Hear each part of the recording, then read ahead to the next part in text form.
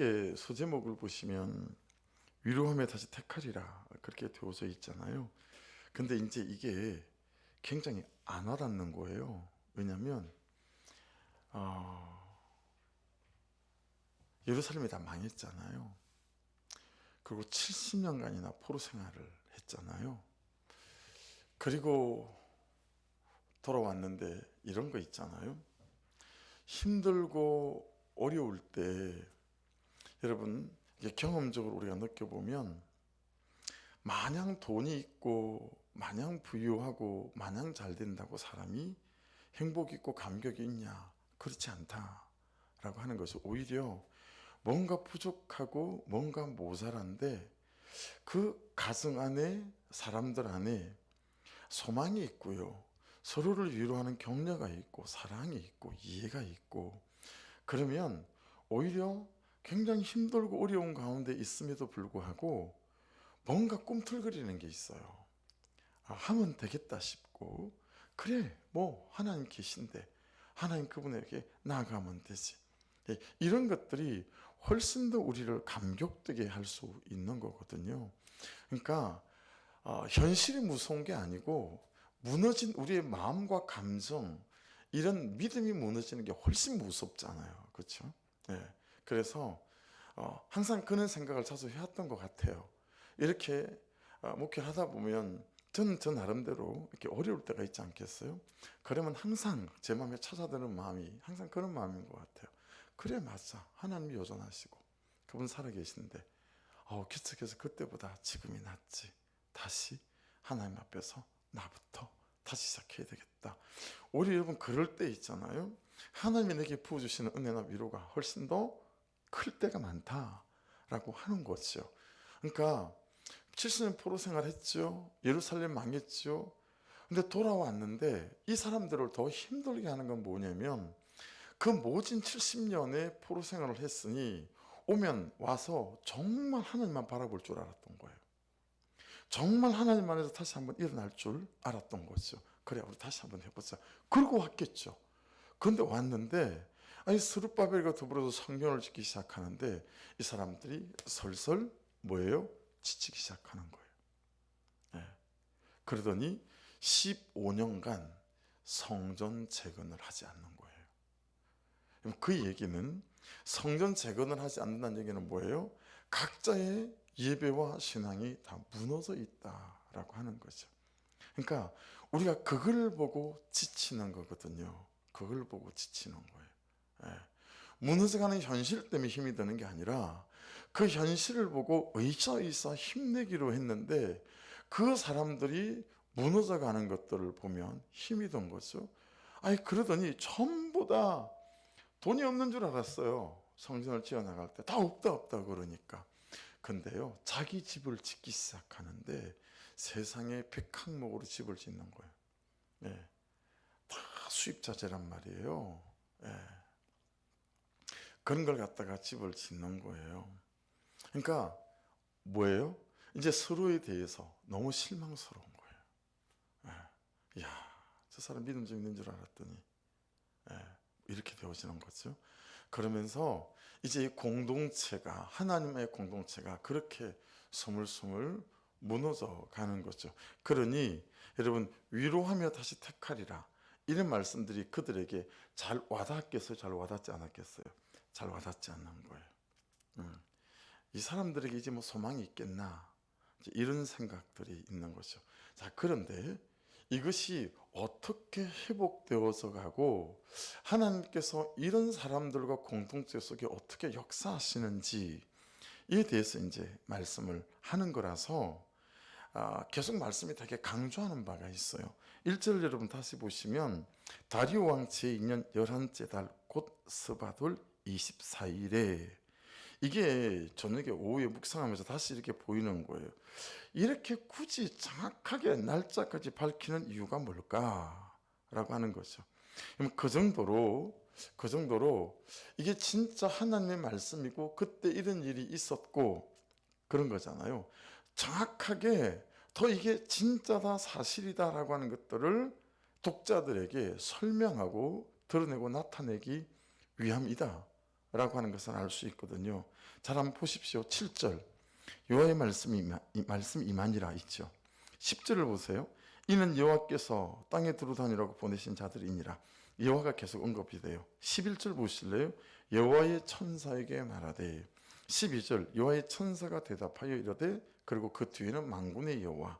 13절도 여호와께서 내게 말하는 천사에게. 14절 만군의 여호와의 말씀에. 16절도 반복돼요. 그러므로 여호와가 이처럼 말하노라, 만군의 여호와의 말이니라. 반복되죠. 17절도 보세요. 만군의 여호와의 말씀에.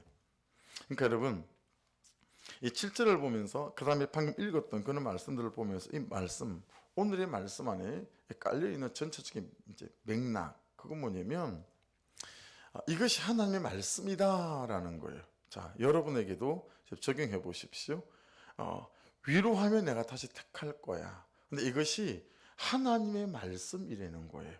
이게 하나님의 뜻이다라고 하는 거예요. 이해되시죠? 이게 하나님의 방법이다라고 하는 것이고, 이게 하나님의 길이다라고 하는 거예요.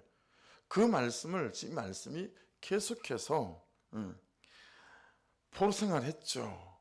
뭔가 해보자고 왔죠. 근데 전부 다 성전 재건은 냅두고 지집지느라고 바쁘죠. 서로가 서로에게 말은 못하지만 저 인간, 그러면서 비방하고 정죄하고 판단하기 바쁜 이 공동체 속에 이 사람들에게 하나님께서, 자, 이건 하나님의 뜻이다, 이건 하나님의 말씀이다, 그리고 이건 하나님의 이건 길이다, 이건 하나님의 방법이다, 위로하며 다시 택할 거야, 이런 말씀들을 허락하신다라고 하는 것입니다. 여러분, 이것이 왜 하나님의 말씀인가? 여기에 여러분 문제 없으시죠?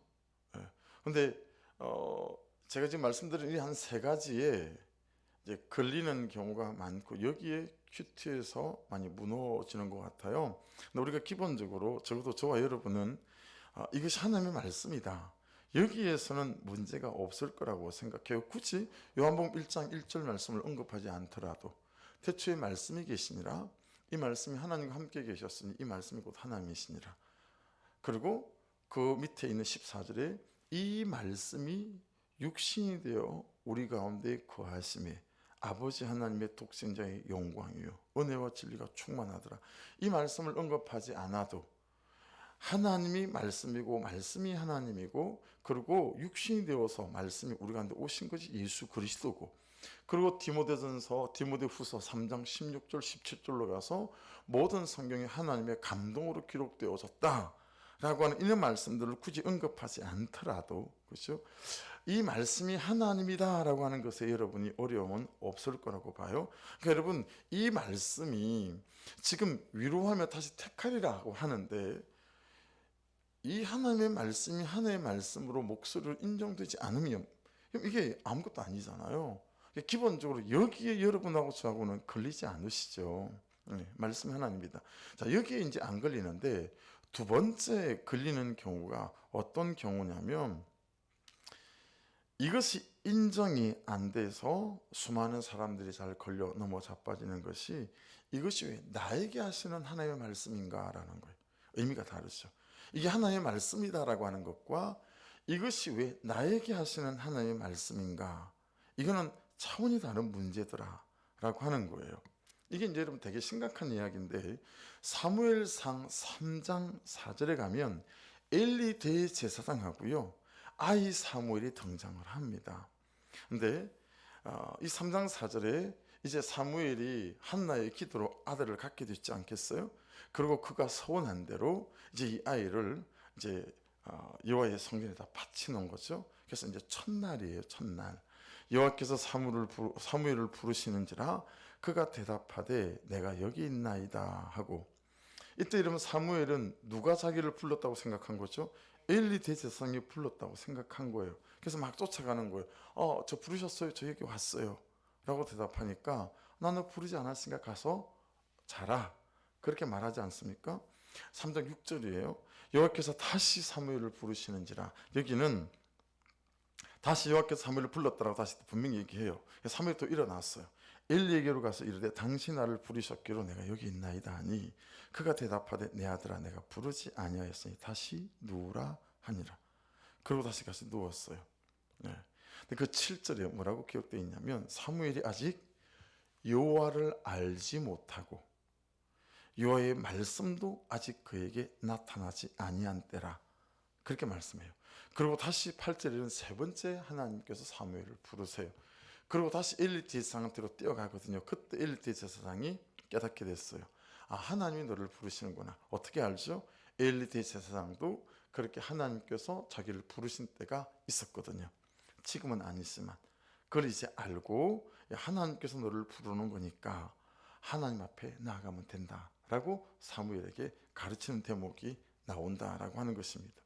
사무엘이 아직 여호와를 알지 못하고 여호와의 말씀도 아직 그에게 나타나지 않는 따라, 여러분 이게 무슨 말이냐면 하나님을 존재적으로 모르는 것일 수 있다, 이런 말이 아니고요. 이런 말이 아니고 여기에 알지 못하고 이게 야다라는 단어를 썼어요. 이게 무슨 뜻이냐면 배워서 알다, 지식으로 알다, 그래서 경험되어진 하나님으로 알다, 또는 친밀함으로 알다, 이런 뜻을 갖고 있어요. 그러니까 이 야다라는 말은 원래 부부와의 성적인 그런 친밀한 관계를 사용할 때 쓰는 말이거든요. 이게 그만큼 그 친밀함 속에 있게 될 때 하나님을 알게 되어지고 나에게 말씀하시는 하나님이라고 말씀들을 깨달을 수 있다라고 하는 것이죠. 그래서 여러분 요한복음 10장 27절 우리가 잘 아는 말씀, 자주 언급하는 말씀 있지 않습니까? 내 양은 내 음성을 들으며 나는 그들을 알며 그들은 나를 따르느니라. 지어지기를 우리가 존재적으로 이렇게 지어졌죠, 그렇죠? 그래서 창세기 2장 7절에는 하나님의 생기가 들어와서 우리가 존재가 되어졌다라고 하는 거니까 존재적으로 우리는 하나님의 말씀하시면 알아들을 수 있게끔 지어져 있다라고 하는 거예요. 우리 안에 그런 프로세스가 있는 거죠, 그렇죠? 그러니까 하나님의 음성을 듣고 이 말씀이 나에게 말씀하시는 하나님의 말씀이다라고 충분히 깨달을 수 있음에도 불구하고 하나님 그분과 소원해져 있고 그분과의 친밀함 속에 멀어져 있게 될 때는 이게 전혀 나의 말씀으로 들리지 않는다라고 하는 것들을 반대로 깨달을 수 있습니다, 그렇죠? 그래서 이걸 어떻게 해결받을 수 있는지 이제 사무엘상 1절부터 3절을 한번 읽어볼게요. 엘리 대제사장 때에 대한 얘기예요. 아이 사무엘이 엘리 앞에서 여호와를 섬길 때에는 여호와의 말씀이 희귀하여 이상이 흔히 보이지 않았더라. 여러분 하나님이 여전히 살아계시잖아요. 여전히 말씀하시고, 근데 이 엘리 대제사장 이때는 여호와의 말씀이 희귀했대요. 그리고 이상이 흔히 보이지 않았다라고 하는 것이니 여러분 하나님 그분에게 문제가 있는 것이 아니라 하나님 앞에 서 있는 백성들의 문제다라고 하는 것을 말씀이 말씀하시는 거잖아요. 그래서 희귀했다, 이 야카르란 단어가 무슨 뜻이냐면 중요하게 여기지 않았다라는 거예요. 하나님을 또는 말씀을 중요하게 여기고 우선하지 않았다. 내가 무엇을 결정하고 선택하는 이유가 아니었다. 무엇이요? 하나님이. 그런 뜻을 갖고 있다라고 하는 것이죠. 그래서 보는 자는 보고 듣는 자는 듣는 것 같아요. 더 정확하게 말하면 보기를 원하는 자가 보고 듣기를 원하는 자들은 듣는다라고 하는 거예요. 시대와 때에 관계없이. 그러니까 여러분 이것이 뭐의 문제죠? 사모함의 문제이겠죠. 간절함의 문제가 되어지겠죠. 그러니까 사모하는 자들에게, 간절한 자들에게는 그 때와 시를 관계없이 이 하나님이 말씀하실 때 나에게 말씀하시는 하나님의 말씀이라고 충분히 듣고 깨달을 수 있다라고 하는 거예요. 근데 이렇게 자기의 심령과 중심을 살피지 않고 전 큐티해도 잘 들리지 않아요라고 할 때 여러분 우리를 잘 살피는 게 필요하겠다라고 하는 거 아니겠어요? 그래서 2절은 이렇게 말씀해요. 엘리의 눈이 점점 어두워가서 잘 보지 못하는 그때에 그가 자기 처소에 누웠고, 기억해 주세요. 그가 자기 처소에 누웠고. 자, 3절을 읽어볼게요. 하나님의 등불은 아직 꺼지지 아니하였으며. 의미심장하지 않아요? 하나님의 등불은 아직 꺼지지 아니하였대요. 이게 여러분 우리가 얼마나 위로가 되어집니까? 여러분의 인생 속에 하나님의 등불이 꺼지는 때는 없어요. 언제나 하나님의 등불은 아직 꺼지지 아니했습니다. 그 다음 말씀이요. 사무엘은 하나님의 궤에 있는 여호와의 전 안에 누웠더니, 여러분 엘리 대제사장 그리고 사무엘의 차이가 뭐에 있어? 위치, 포지션에 있죠. 엘리 대제사장 어디에 누웠어요? 자기 처소에 누웠어요. 여러분 대제사장이면 그럴만하지 않아요? 말씀이 들리지 않고 하나님의 이상이 희귀한 때인데, 여러분 그러면 여러분 엘리 대제사장이 사실은 여기 하나님의 궤에 있는 지성소 안에 누워야 하지 않을까요? 그렇죠? 근데 엘리 대제사장은 벌써 나는 늙었다라고 생각한 것 같아요. 나의 때는 지났다라고 생각하는 것 같아요. 근데 여러분 우리가 그럴 때가 있지 않습니까? 이럴 때도 있지 뭐. 라고 나의 메마르고 냉랭한 때를 합리화하는데 우리가 되게 선수 아닙니까? 그렇죠? 그럴 때가 있는 것 같아. 아유 뭐 몰라. 그냥 그러라고 그래. 이렇게 하는 거죠.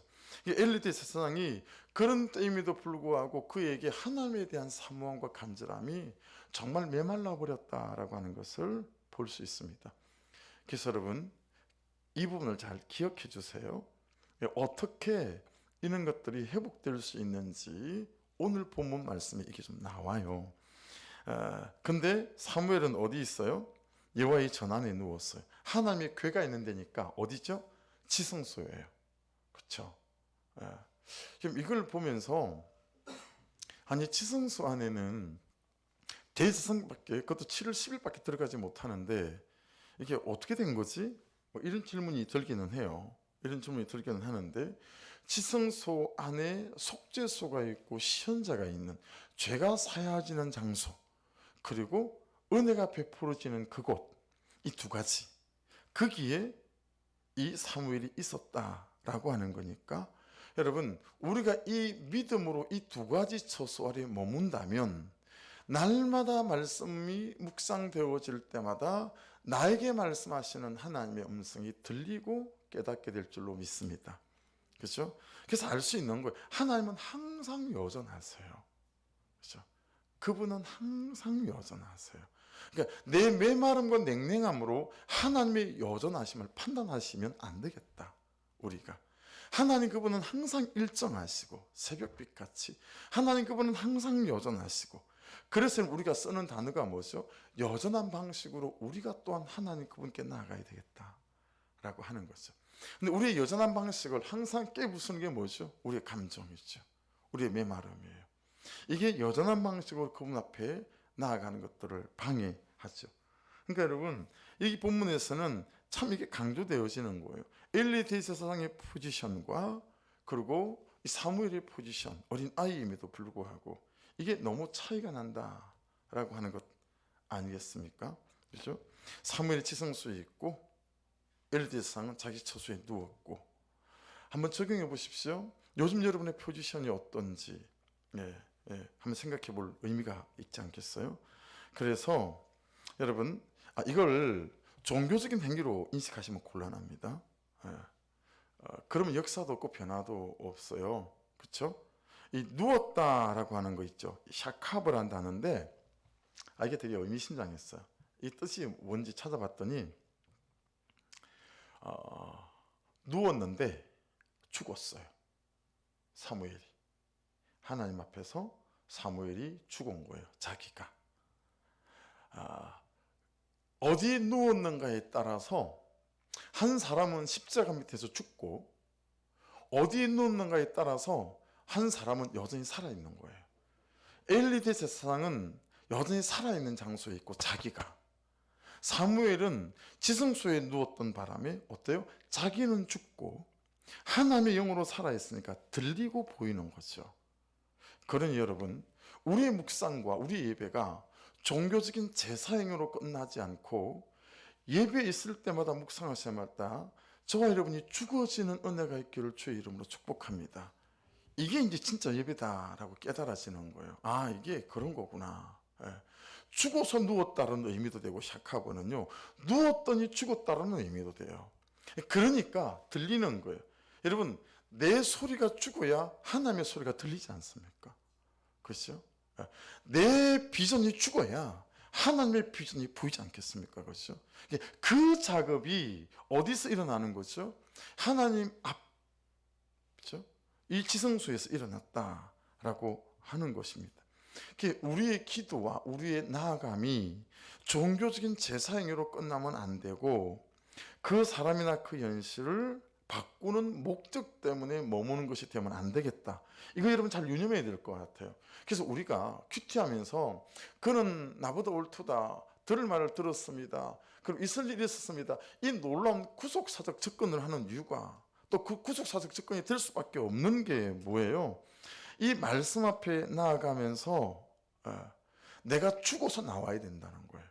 그러니까 여러분, 우리가 큐티할 때마다 저와 여러분이 죽어서 나오는 현장이 될 수 있기를 주의 이름으로 축복합니다.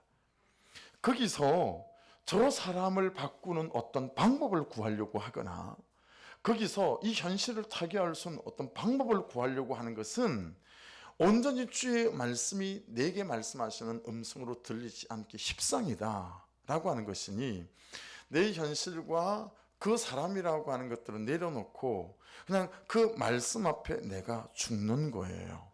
그래서 내가 죽어지는 큐티, 내가 죽어지는 예배를 통해서 내 안에 예수 그리스도의 영이 살고 그분의 음성이 살아 내 삶 속에서 내가 하는 것이 아니라 그분의 영이 나의 감정과 나의 언어와 나의 태도와 나의 선택과 방법들을 결정할 수 있도록 그분이 나를 주장하시는 사람이 되어지게 될 때, 우리의 현실은 나를 감당하지 못하고, 그리고 그 사람들 또한 그렇게 살아가는 나를 통해 여러분 하나님의 역사를 보게 될 줄로 믿습니다.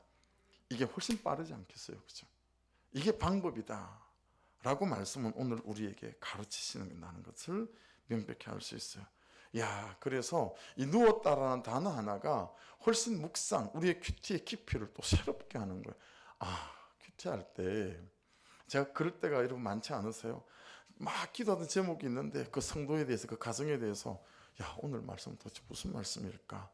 여기에 집중되다 보니 말씀 안에서 내가 죽어서 나오는 이 작업은 잘 되지 않고 계속 거기서 어떤 방법과 이걸 구하는데도 집중하게 되어지니, 여러분 이제 나를 통해서 내가 살아나서 살리는 일들은 잘 일어나지 않고 단지 묵상과 큐티가 어떤 방법을 구하는 그런 장소가 되어진다라고 하는 것입니다.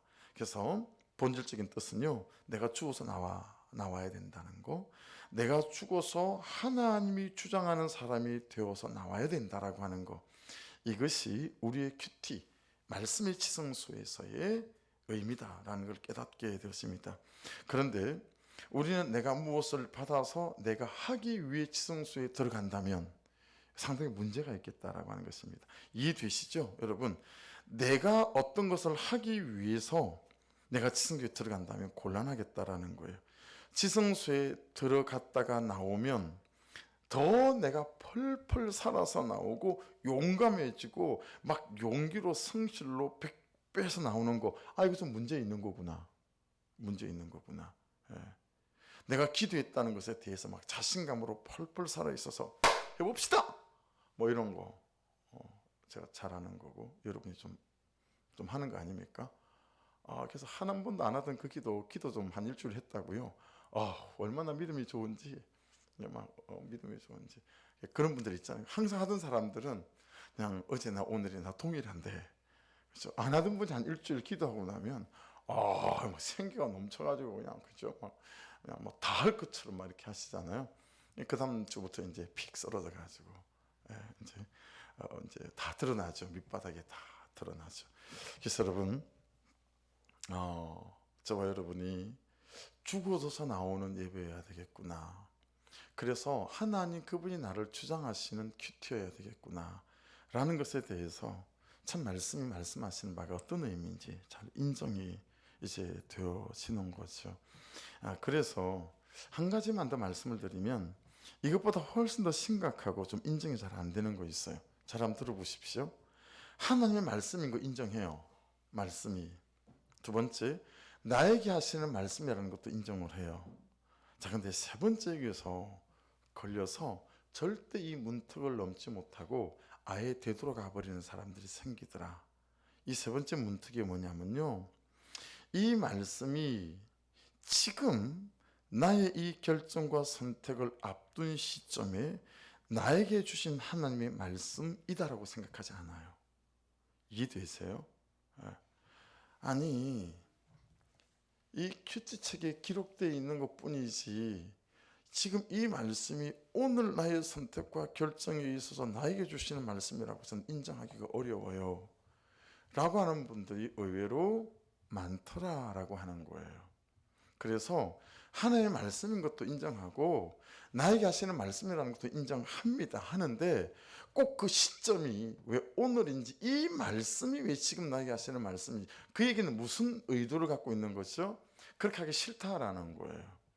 나에게 이미 계획이 서 있고 나에게 이미 뜻이 있는데 이 말씀이 지금 나에게 하나님이 말씀하시는 말씀으로 내가 받아들이기는 어렵습니다. 이 시점에서 이제 순종하기가 싫은 거죠. 그래서 여기에 이 문제를 해결받지 못하는 성도들이 큐티 목회를 해가다 보니까 참 많구나. 여기에 대한 대답을 말씀으로 잘 풀어서 나눠야 되겠구나. 이런 생각을 해본 적이 여러 번 있습니다.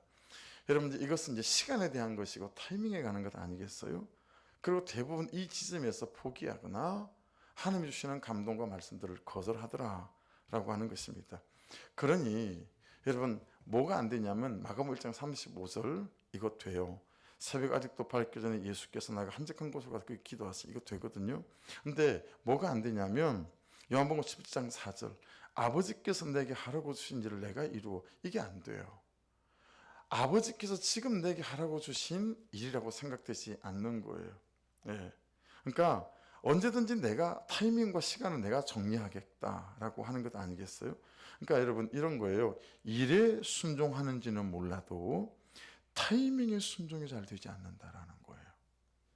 그리고 타이밍에 순종하기에는 내가 해야 될 대가 지불이 너무 많고 내가 너무 억울한 거예요. 그래서 타이밍은 다 하나님한테 맡기는데 타이밍은 하나님한테 안 맡겨요. 내가 타이밍의 주인으로 사는 거예요. 이러다 보니까 기적들이 일어나지 않아요. 여러분, 기적은 있잖아요. 순종에서 시작되는 게 아니고요. 타이밍에서 시작돼요. 이게 다시 큐티하면서 깨닫게 되는 바예요. 기적은 순종에서 일어나는 게 아니고 기적은 타이밍에서 일어나요.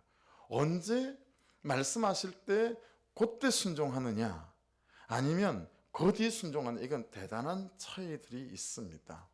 그래서 여러분, 순종하시되 말씀이 말씀하시는 그때 그 타이밍에 잘 순종해가는 연습들이 또 순종이 저와 여러분의 것 되기를 주의 이름으로 축복합니다. 이게 여러분 쉽지가 않은 것 같아요. 이게 쉽지가 않아. 타이밍에 순종하는 게 참 어려워요. 근데 우리가 큰 것부터 못하더라도 제가 항상 주장하는 징검다리 이론, 이 삶이 너무 마음에 들지 않아요. 내가 가고 싶은 건 저 강을 건너 저쪽 언덕이에요. 근데 여러분, 다리도 없고 저쪽 언덕으로 가긴 가야 되겠는데 여기는 내 가고, 항상 어떻게 걷느냐면요, 말씀하시는 것에 대하여 한 가지 작은 순종을 하면 돼요. 그러면 작은 징검다리가 하나 만들어지거든요. 내 발 하나 올릴 만한 거, 두 발도 아니에요. 한 발 정도 올릴 만한 거. 근데 그게 올려지면 여러분, 그 다음 발걸음을 뛸 수 있는 순종이 반드시 되게 돼 있습니다. 그럼 그 다음 순종을 하면, 그럼 그 다음 순종은요, 두 발을 올려놓을 만한 징검다리가 하나 또 놓여지게 되어져요. 여러분, 그렇게 신앙은 한 가지에 순종해 가며 한 걸음 한 걸음 징검다리를 놓아가다 보면 어느 순간 저쪽의 언덕에 이르러서 뒤를 돌아보면 내 순종과 타이밍의 순종이 어떻게 내 삶과 신앙을 만들어 왔는지 경험해가는 놀라운 산 정인과 증거들이 남아있을 줄로 믿습니다. 그래서 이 타이밍에 순종하는 게 참 저와 여러분에게 숙제인데 이 숙제들을 잘 해야 되겠다. 여러분, 요나가 다시스로 가지만 니느웨로 가긴 가죠. 근데 니느웨로 가는 것도 요나에게는 뭐의 문제죠? 타이밍의 문제인 거 아니겠어요, 그죠? 예. 타이밍에 순종하지 않으니까 고래가 필요하시고, 예. 그래서 고래에 삼키기 전에 저와 여러분의 타이밍에 잘 순종할 수 있기를 주 이름으로 축복합니다. 예. 고래에 삼킬 자가 몇 사람이나 될지 모르지만 제 얘기고 여러분 얘기도 그냥 그렇게 가던 길을 계속하고 하던 것을 계속하는 거죠. 이게 이제 우리의 우둔함 아니겠어요, 그렇죠? 동의가 되시는지 한번 들어보세요. 묻는 큐티는 되는데 결정은 내가 하는 거예요. 하는 큐티는 되는데 선택은 내가 하는 거예요. 여러분 이거 큐티할 이유가 있을까요? 새벽에 쇠가 빠지게 잠 좋다지. 그 새벽에 잠 안 자고 여기까지 나와가지고 새벽에 그 부지런하게, 여러분 저도 새벽 3시 반에 일어나면요 정신 차리는데 한 20분이 걸려요. 정신 차리는데 정신이 안 챙겨져요. 피곤해가지고 어떤 때는 정신이 안 챙겨가지고요 이 눈이 어슴푸레가지고 글자가 잘 안 보이는 거예요, 노트북에. 이 정신 차리는데 막 한참 시간이 걸릴 때가 많이 있어요. 아니 묻기는 묻고 결정은 내가 하려면 뭐하러 큐티를 하겠어요. 저한테 오세요. 내가 대답해 드릴게요. 내가 훨씬 더 합리적일 것 같아. 근데 저도 여러분도 이걸 참 이 바보 같은 짓을 하는 거예요. 묻는 큐티는 하는데 결정은 다 내가 해. 네. 그러니까 그 얘기는 내가 하나님인 거예요, 여전히. 참 여러분 이거 어쩔 수 없어서 저도 웃고 여러분도 웃지만 이게 참 여러분 큰일 아닙니까? 하는 큐티는 되는데 다 선택은 내가 하는 거예요. 그러니 하나님을 경험할 기적이 없는 거죠, 그렇죠? 이 부분이 참 숙제예요, 그렇죠? 그래서 여러분 이제 본문으로 다시 돌아가 보면 8절에 보시면 밤에 보니 돼 있잖아. 이제 이런 게 이제 언유법이거든요. 그러니까 지금 이 사람들의 현실이 좋다는 얘기예요, 나쁘다는 얘기예요? 녹록지 않다라는 거예요. 밤이다 이 말이에요. 밤. 성경에서 밤은 항상 그런 때예요. 그 사람의 영적 상황이나 현실의 상황이 별로일 때 밤에 보니라는 거예요. 예, 밤에 보니 이게 이스라엘에 처한 상황이나 그 사람의 처한 상황이나 현실인데 밤에 보니 뭐예요? 한 사람이 붉은 말을 타고 골짜기에서 화석나무 사이에 섰고 그 뒤에는 붉은 말과 자줏빛 말과 백마가 있기로 그렇게 되어져 있어요. 그죠? 그러니까 여러분 이 화석나무는 우리나라 말로 고치면 상록수 같은 거예요. 잎이 사시사철 푸른 그런 이제 상록수를 의미하는데, 여러분 이 화석나무는 어디 쓰이냐면 초막절 때 쓰이는 거예요. 초막절이 뭘 기념하는 거죠? 출애굽해가지고 홍해가 갈라지고, 그렇죠? 이제 그때 출애굽을 6월절을 기념하는 6월절 아침에 6월절 어린 양의 피를 발랐더니 아침에 일어났더니 어린 양의 피를 발른 모든 이스라엘 집안 아이들은 괜찮고 모든 애굽 땅에 처음 난 것들은 다 죽은, 그걸 출애굽을 기념하는 게 초막절 아니겠어요? 그 초막절을 기념할 때 쓰이는 게 화석나무니까 이게 좋은 조짐을 말하는 거예요, 나쁜 조짐을 말하는 거예요? 굉장히 긍정적인 그런 조짐을 말하는 거죠. 밤인데 나타난 건 그렇죠? 이 화석류 나무 사이에 말을 탄 붉은 말을 타고 나타난 사람이 섰다라고 하는 거니까 이제 대단히 어떤 긍정적인 의미가, 회복의 어떤 상징 같은 의미가, 출애굽한다라는 의미가 이제 숨어 있는 그런 의미가 될 수 있겠죠. 그게 보면 붉은 말, 자줏빛 말, 백마가 주로 이 표현은 어디 많이 나오죠? 요한계시록 가면 많이 나와요. 요한계시록 6장부터 붉은 말, 백마 이런 게 막 나오거든요. 말이 4가지가 나오거든요. 근데 그게 이제 자줏빛 말은 나오진 않는데 여기는 자줏빛 말이 이제 나오는 것 같아요. 이제 여러분 이제 이런 말들이 나오는 거 보세요. 이 말들이 천사들이 어디로 가죠? 세상으로 두루 다니잖아요, 그렇죠? 그 얘기는 이런 얘기예요. 사람마다 처한 상황과 현실이 다를 수 있잖아요. 그러니까 이 말들이 다른 것들도 우리 성도들의 각각의 다른 삶의 상황과 처한 형편에 따라 돌아볼 수 있는 하나님께서 준비한 그런 천사들이다 라고 이해하시면 되어서요. 이해되시죠? 내 형편을 아시는 하나님에 대한 이해가 여기 있다라고 하는 거죠. 그래서 이제 이런 것을 우리가 말할 때 뭐 하나님의 손이 크다 이렇게 표현하기도 하고 하나님의 품이 넓다 이런 의미를 말하기도 하고 그런 의미 아니겠어요? 그래서 제가 오토바이 이제 사고가 났을 때 시내버스 내리는 분을 그냥 정면으로 제 오토바이 얹혔어요. 바퀴로 친 게 아니고 요 오토바이 핸들과 핸들 사이에 바람막이 있잖아요. 거기로 40대 중반에 삼성그룹에 다니는 과장으로 직분 지내는 분이 탁 얹혔거든요. 그러니까 나는 놀랐으니까 브레이크를 잡고 이 오토바이 비틀거리고 가면서 이분과 함께 푹 쓰러지고 저는 한 10m 전방으로 붕 날아가지고요. 한 바퀴를 돌아서 딱 착지를 했어요. 무술 영화처럼. 착지한 제가 놀랐어요. 이런 일이 무슨 이런 일이 다 있나. 붕 뜨니 10m 앞에 가가지고 딱 착지를 한 거예요. 제가 그 얘기를 했더니 한 분 집사님이 그러더라고요. 참 하나님의 손이 크십니다. 그렇게 얘기를 하더라고요. 그게 무슨 얘기예요? 여러분, 하나님은 참 우리의 형편과 상황을 속속들이 아시고 우리의 현실과 형편과 우리의 성품과 실패에 맞도록 하나님은 일하시고 역사하시는 분이신 줄로 믿습니다. 그것이 8절에 녹아있는 의미다라고 하는 거예요. 우리 형편을 아시고 우리 형편을 챙기시고 그런 분이시다라고 하는 거죠. 그러니 여러분, 자꾸 사람한테 너무 이해받으려고 하고 위로받으려고 그러고 사는 거 별로잖아요. 그렇죠? 그리고 별로 이해해주는 사람도 없고, 그렇죠? 또 위로받아봐야 뭐, 그렇죠? 그러니까 우리를 정말 이해하시고 우리의 전 형편을 아시는 분은 하나님이신 줄로 믿습니다. 보세요. 각각 다른 이렇게 보내잖아요. 땅을 두루 살피고 오라고. 예, 그런 의미. 하나님은 손도 크시고 방법도 많으시고 길도 많으시고, 예, 그렇게 우리를 면밀히 주목하시고 세시는 분이시다라는 의미가 이 안에 들어 있어요. 이제 그러면서 10절에 우리가 아시는 대로 보시면 하석나무 사이에 선자가 대답하여 이르되 이는 여호와께서 땅에 두루 다니라고 보내신 자들이니라.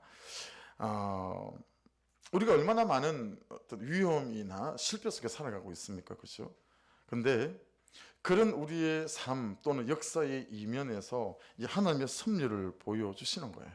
세상의 형편을 아시고 각각의 처지를 아시는 하나님께서 그 사람들에 맞도록 하나님이 갖고 계신 방법들을 이제 허락하신다라고 하는 것들을 깨달을 수 있다라고 하는 것입니다. 그래서 아침에 나눴던 말씀하고 보태서 말씀드리면 대적마귀는 두루다니며 산길자를 찾지만 여호와께서는 살리기 위해서, 그러니까 보내신 이 뜻이 샬리오라는 뜻이 어떤 거였죠? 풀어주고 해방하기 위하여. 두 번째, 손을 내뻗어 구원하기 위하여. 세 번째, 불 붙이기 위하여 불을 보내시는 거다. 그렇죠? 물이 필요한 사람은 물을 보내시겠죠. 다리가 필요한 사람은 다리를 보내시고 사다리가 필요한 사람은 사다리를 보내시겠죠. 그것이 각각의 우리에게 하나님께서 처방하시는 은혜인 줄로 믿습니다. 그래 오늘 말씀 끝나고 기도하실 때도 하나님 저는 불이 필요해야 될 사람은 불이 필요하다고 말씀하시면 될 것이고, 하나님 저는 물이 필요해야 될 사람은 물이 필요하다고 말씀하시면 될 것이고, 하나님 저는 사다리도 힘들어요. 저는 엘리베이터가 필요합니다. 그러면 엘리베이터를 구하시길 바랍니다. 그죠? 하나님 좀 그래도 올라가면서 두루 뭐가 여기는 뭘 파나 그러면 에스컬레이터가 훨씬 재밌잖아요. 엘리베이터는 쑥 올라가 버리니까 에스컬레이터 타고 뭐 조금 천천히 가면 어때요? 뭐 파나 쳐다보고 내 필요한 거 팔면 내려서 사면 되고, 예, 그렇게 구해야 되겠다. 그러니까 정말 여러분 쉬지 않으시는 하나님, 일하시는 하나님, 정말 내 필요를 아시고 세시고 면밀히 계산과 계획을 갖고 계시는 하나님이라는 사실을, 정말 움직이시는 하나님이라는 사실을 너무 이해할 수 있는 대목이다라고 하는 것입니다. 온 세상에 대하여도 그렇지만 한 사람에 대해서도 좁혀보면, 예, 그죠? 그렇게 하나님이 통치해 가신다. 그러니까 여러분, 나라도 보십시오. 제가 여러 번 말씀드렸지만 제 초등학교 때 제 소원이 코끼리뼈 27종 일본 메딘 재팬 그 본밥통 하나 들고 보고 싶은 거였거든요. 여러분, 우리 그때는 일본 가전제품이라 그러면 환장을 했습니다. 우리가. 그렇잖아요. 근데 여러분, 이제 세계 모든 백색 가전은 일본 거는 쪽을 못 쓰는 거 아시죠? 이제 LG가, 이제 삼성이 이제 LG한테 안 돼요. 백색 가전은. 미국 시장의 70%를 거의 뭐 LG가 휘어잡는다고 하니까, 여러분, 이제는 일본 제품은 명함도 못 내밀어요. 그리고 이런 날이 올 줄 어떻게 알았겠어요? 일본 국민 GNP보다 이제 우리가 더 GNP가 높아요. 예. 일본보다 우리가 선진국 대열에 더 들어선 부분이 있다라고 하는 거죠. 물론 반도체를 우리가 많이 만들지만 반도체를 만드는 기계를 만드는 그런 것들은 일본이 아직 우리보다는 더 낫죠. 가장 큰 건 네덜란드가 꽉 잡고 있긴 하지만, 예. 그래서 세월이 변하면서 나라 입장도 다 바뀌잖아요. 여러분, 중국이 저렇게 자라가지고 미국하고 대등하게 싸움을 할 수 있을 줄 누가 알았겠어요. 그래서 이제 중국이 반도체 못 만들게 저렇게 미국이 때를 쓰고, 우리나라 뭐 삼성, LG, SK 다 지금 어려움을 겪고 있는 것도 중국이 수출을 못하게 막고 막 이러니까.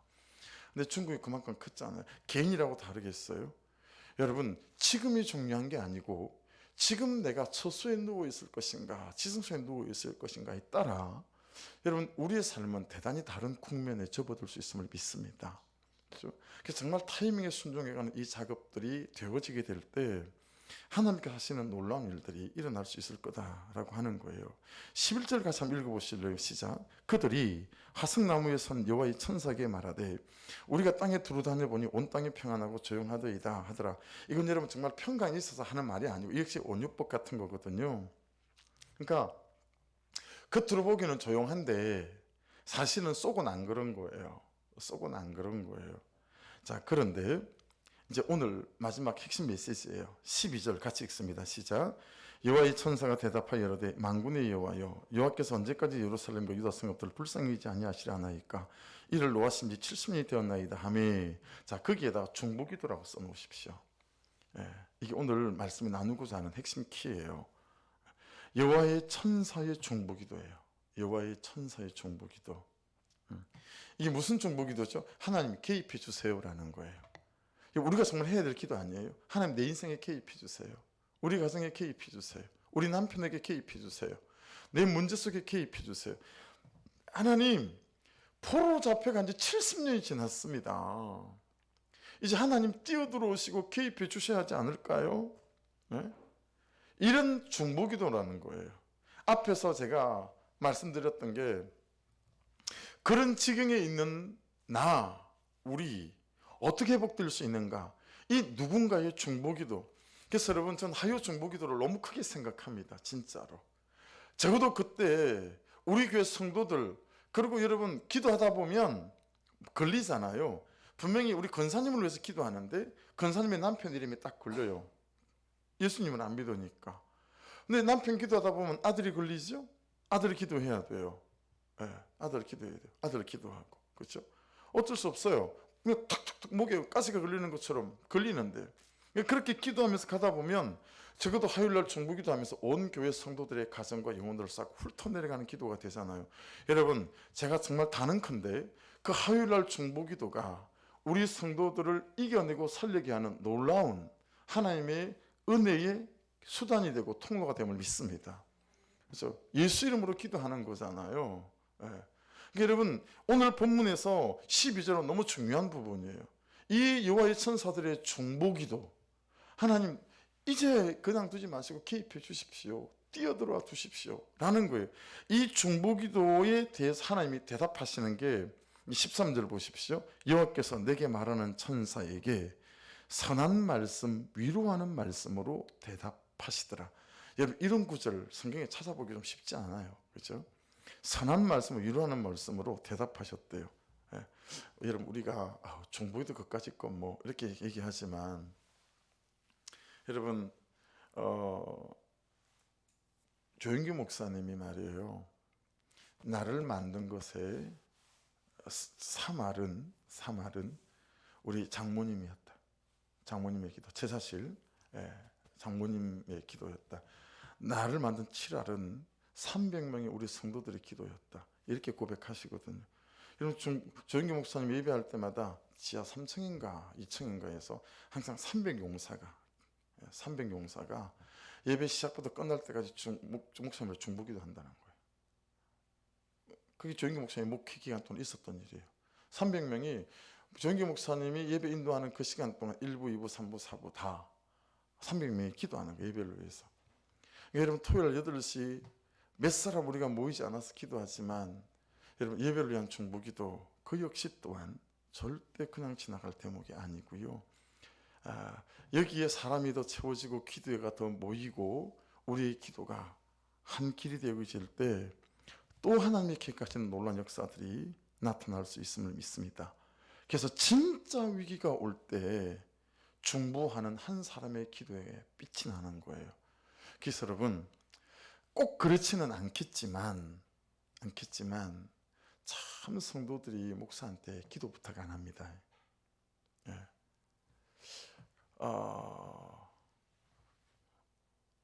알아서 하겠거니 뭐 그렇게 생각하시는 건가요? 목사가 밥 먹고 할 짓이 그것밖에 없는데 그거 하시겠지 뭐 그렇게 생각하셔서 안 하실 수도 있는데, 여러분 다급하고 힘이 들면 기도 부탁 안 할 수가 없잖아요. 그렇죠? 그것부터 하게 돼 있거든요. 그래서 제가 우리 아내한테도 나부터 기도하고 애들 기도해 뭐 이런 얘기 할 때가 있어요. 아버지가 할 말은 아니죠. 그렇죠? 자식은. 근데 제가 중보기도, 아내의 중보기도가 나에게 어떻다라는 걸 아는 거니까요. 여러분 좀 저 기도 좀 해주세요. 아무리 미워도 아무리 좀 시원찮고 그래도 교회 담임 목사인데 기도 좀 해주시고 그러셔야지. 맨날 자기 기도만 쏙딱 하니 싹 하고 싹 가버리고 좀 치사하잖아요. 여러분이 성도인데 저는 여러분을 위해서 기도하는데. 그래서 제가 어떤 여자 집사님한테 제가 자신이 있다니까요. 집사님이 키우는 것 같죠? 내가 키워요. 목사님 무슨 얘기예요? 내가 맨날 아들 위해서 기도 5분씩은 하거든요. 집사님 한 달에도 아들 기도 5분 하세요? 그럼 여러분 내가 키우는 거지. 자기가 밥 먹이고 옷 입히는 밖에 더 있어요. 인정 안 할 분도 인정 안 하겠지만 그렇죠? 이게 의미가 어떤 의미인지 아시죠? 우리 서로가 우리를 위해서 중보해야 우리 서로가 삽니다. 우리 가정이 살고 우리 교회가 살고 목장이 살아요. 그러니까 목원들은 정말 목자를 위해서 중보해야 돼요. 그게 최소한의 양심이에요. 진짜 저를 위해서도 기도해야 돼요. 진짜 그게 최소한의 양심이에요. 그 양심도 없이 맨날 새끼 밥 다 드시고 막 그러시면 안 된다라고 하는 거예요. 진짜 창피한 줄 아셔야 돼요. 진짜. 그래서 항상 제 기도 먼저 하시고 그 다음 여러분 기도하시고. 아닙니다. 여러분 기도 먼저 하세요. 내가 참 자신이 없다. 또 목사님이 그렇게 시켰다고 또 약간 이상하다고 목사님 또 그럴까봐. 여러분이 살아있어야 저를 위해서 중보해 줄 수 있으시니까. 그래서 항상 여러분 남편 기도, 애 기도 먼저 하지 말라니까요. 네. 내 기도 먼저 하시라니까. 여러분 기도. 내가 살아있어야 다 살릴 수 있어요. 네, 그렇죠?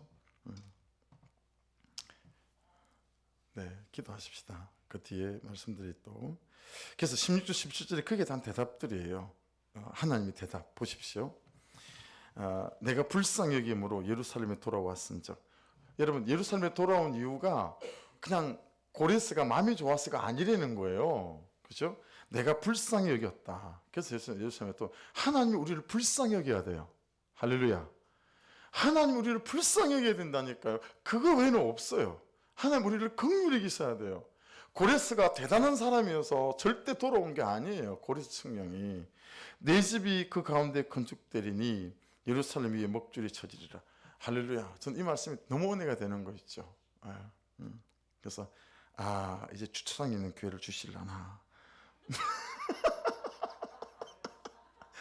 아니 말씀이 그렇지 않습니까? 예루살렘에 먹줄이 쳐지리라. 내가 없는 말 하는 것도 아니고 내 집이 그 가운데 건축되니 할렐루야.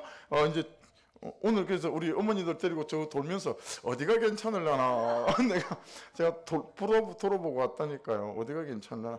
저분들은 거기 가서도 숙회느라 정신을 못 차려.